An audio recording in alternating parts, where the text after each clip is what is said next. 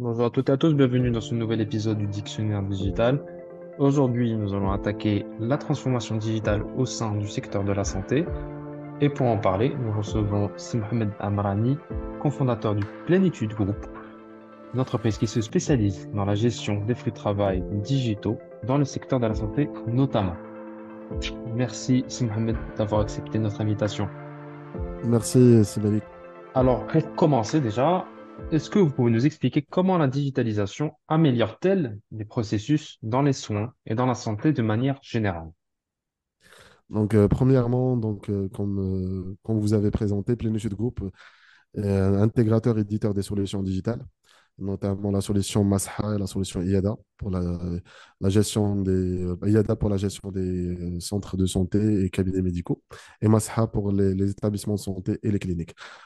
Comment la digitalisation aide à contribuer à l'efficacité des soins, donc à travers moins de temps derrière la partie décisionnelle, soit sur la partie des flux de travail, sur la partie gestion, soit sur la partie médicale au niveau de la partie médicale dédiée aux professionnels de santé.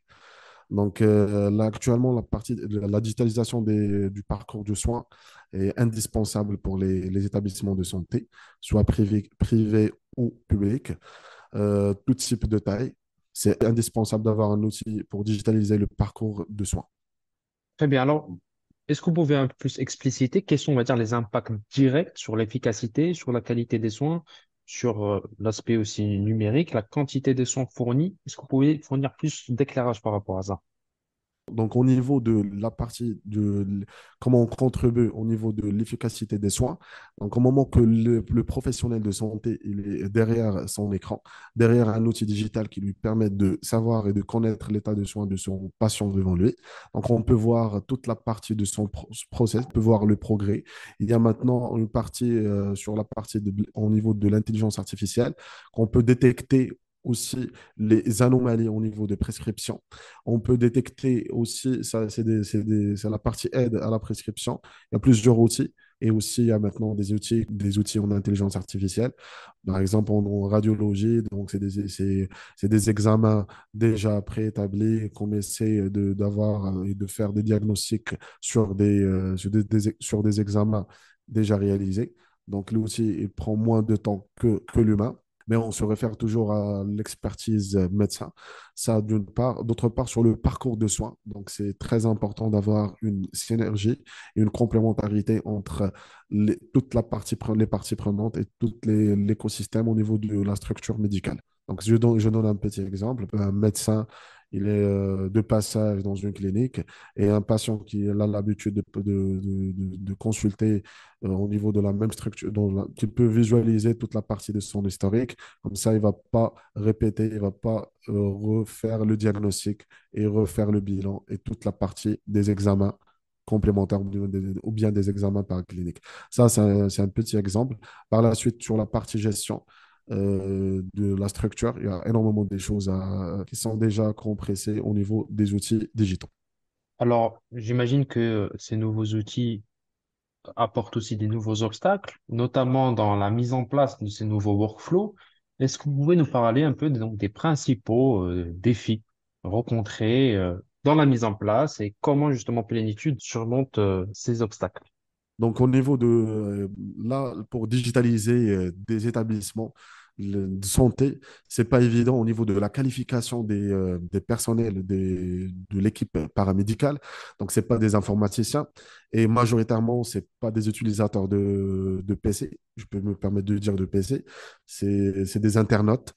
Et là, on a la main, on a trouvé quelques outils pour sensibiliser à contribuer au niveau de l'information, de compléter l'information. Il y a beaucoup des obstacles, surtout sur la partie de digitaliser des structures qui existaient euh, plus de 20 ans, 25 ans. Donc, ils passent à la vitesse supérieure pour passer à un outil et digitaliser le parcours. C'est pas évident au niveau de la qualification actuelle, au niveau des structures de santé au Maroc.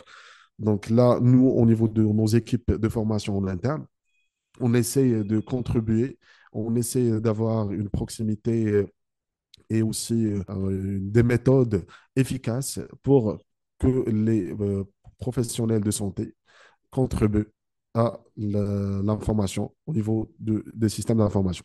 Donc, si j'ai bien compris, vous passez donc par l'accompagnement, on va dire, quotidien et aussi, donc, vous avez des équipes qui forment les personnels médicaux, c'est bien ça. Exactement. Donc, Plénitude Group, il y a deux volets, il y a la partie consulting et la partie technologie. Technologie, on est l'éditeur et les fournisseurs de nos solutions. Sur la partie consulting, on part même sur la partie formation des opérateurs de saisie, des opérateurs au niveau de toute la partie de l'écosystème et toute la supply chain au niveau de la structure de santé. Donc là, on a même des formateurs qui sont déjà expérimentés. Par exemple, on a même une formatrice qui a fait une reconversion, elle était infirmière, elle est consultante avec nous en interne. Donc elle a la main et elle a la méthode d'informer et de former aussi et surtout de sensibiliser le staff médical. Surtout ça, on passe sur deux volets. Donc sur la partie sensibilisation, la contribution d'information, que c'est très important que au moment de l'admission du patient, c'est très important de saisir ses constantes, de scanner son bilan et d'avoir son document comme ça pour avoir un traitement soit sur la partie médicale, soit sur la partie gestion. Et nous, derrière, on essaie de manager l'ensemble, comme ça pour toute la partie, toute la supply chain, elle contribue au niveau de la réussite, surtout de l'intégration du système d'information. Parce que, mis à part nous, mis à part la vente de nos solutions, aussi on part sur des challenges, c'est la réussite d'intégration. Et c'est pas évident d'accompagner de bout en bout donc des structures qui ont déjà des habitudes et de changer l'habitude. Ça se passe sur autre chose. Et nous, même au niveau technologie, on a essayé de travailler sur des interfaces intuitives, sur des outils simples, comme ça, il n'y aura pas de complexité au niveau de la prise en main, pour aider à la réussite de l'intégration du système d'information. Très bien. Et est-ce que vous pouvez un peu commenter la situation actuelle, donc au Maroc, c'est-à-dire au niveau de la formation, au niveau de l'enseignement, dans tout le cursus, on va dire, scolaire qui va amener les docteurs ainsi que tout le staff paramédical, où est-ce qu'on en est au niveau de la digitalisation et au niveau de l'acquisition des nouveaux skills qui seront importants et essentiels pour demain? Actuellement, donc une petite veille, je vois au niveau des formations donc on voit qu'il y a des écoles de management e-santé, management hospitalier. Ça devient une actualité et c'est pas une tendance au niveau du Maroc. Et c'est très important que j'encourage, même au niveau des structures publiques, au niveau des facultés de médecine, d'intégrer un module informatique médical.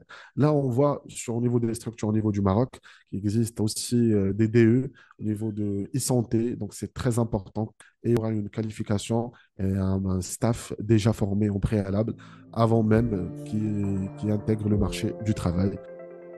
Merci, Si Amrani, pour tous vos éclairages. Avec plaisir, Simédé. Merci à toutes et à tous d'avoir suivi ce nouvel épisode du Dictionnaire digital. À bientôt.